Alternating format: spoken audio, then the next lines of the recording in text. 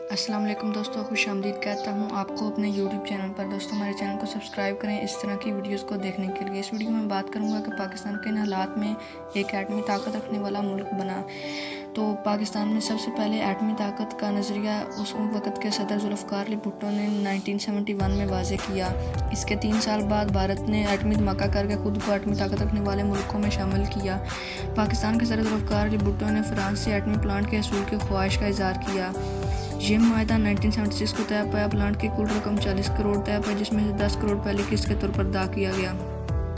یہ معاہدہ ایٹمی طاقت رکھنے والے ملکوں کو ناگوار گزرا۔ یوں فرانس معاہدے کے باوجود پلانٹ نہ فراہم کر سکے۔ اس کے بعد جنرل ضیاء الحق اور عبدالقدیر خان کی زیر میں یہ کام جاری رہا۔